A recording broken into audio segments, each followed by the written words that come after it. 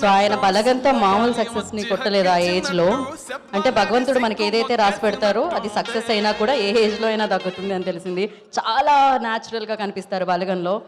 And బాపుగా మన ముందుకు వచ్చిన అక్కడ తాత, ఇక్కడ బాపు, తర్వాత మనవడు అనమాట. నమస్కారం, మాట్లాడండి బాపు. అనేక సంవత్సరాలుగా సినిమా రంగంలో, సినిమా పరిశ్రమలో కష్టపడుతున్నటువంటి పెద్దలు, విజయం సాధించినటువంటి వాళ్ళు, మాన్యులు ఇక్కడ చాలామంది ఉన్నారు. నేను కొత్తవాడిని.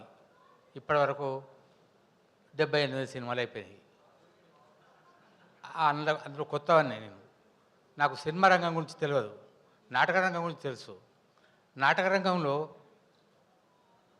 చస్తే నా చావు నేను చావాలి, కానీ సినిమాలో చస్తే పూలదండ వేసేవాళ్ళు, బొట్టు పెట్టేవాళ్ళు, రూపాయి బిల్ల పెట్టేవాళ్ళు, నువ్వు ఇప్పుడు గాలి తీసుకోకుండా ఉండాలి, దండ వేసేవాళ్ళు, ఇంతమంది ఉంటారు చుట్టూ. కానీ సినిమాలో చస్తే మనం ఇట్లా కళ్ళు మూసుకొని పడుకుంటారు, నిన్ను చంపేవాళ్ళు చుట్టూ 40 మంది ఉంటారు. నాకు ఈ అనుభవం ఇచ్చింది.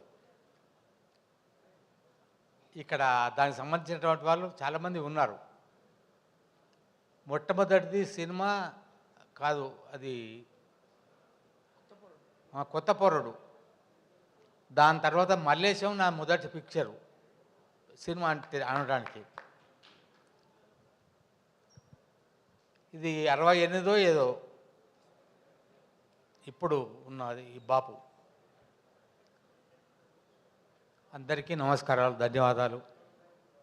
మీరందరూ ప్రోత్సహిస్తే నాలాంటి వాళ్ళను కూడా మంచి స్థితికి రావడానికి అవకాశం ఉన్నది.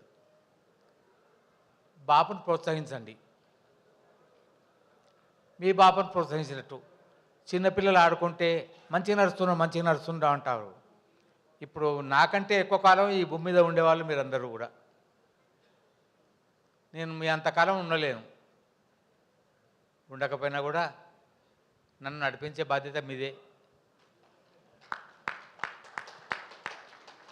అందరికీ నమస్కారం తెలియజేస్తూ ఈ సినిమా చూడవలసిందిగా, 10 మందికి చూపించవలసిందిగా కోరుతూ ముగిస్తున్నాను. జై హింద్, ధన్యవాద్, నమస్కారం.